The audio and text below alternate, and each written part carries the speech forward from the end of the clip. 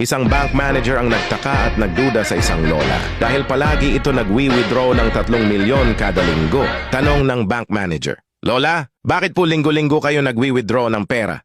"Ano ho?" Wala ho. Napalanunan ko lang ito sa pustahan." Di naniniwala ang bank manager. "Ano ho bang pustahan yan? Parang di naman po kapani-paniwala." Sumagot ulit yung lola, "Sige, magpustahan tayo. 50K. Ang pusta ko ay square yang hugis ng itlog mo. Babalik ako bukas at magdadala ako ng kasama," sabi ng bank manager. "Sige, deal. Alam ko naman hindi square itlog ko eh." "Malalaman natin bukas," sagot ng matanda. Kinabukasan bumalik ang lola at may dalang kasama. Hinubad na ng bank manager ang kanyang pantalon. At hindi hugis square ang itlog nito kaya binigyan ng lola ng 50K ang manager. Sabi ng bank manager, "Paano ho kayo nagkakapera dun, talo naman kayo?" Bumulong yung lola, "May pustahan din kami nitong kasama ko. Sa halagang 500K, ipapakita mo ang itlog mo sa amin."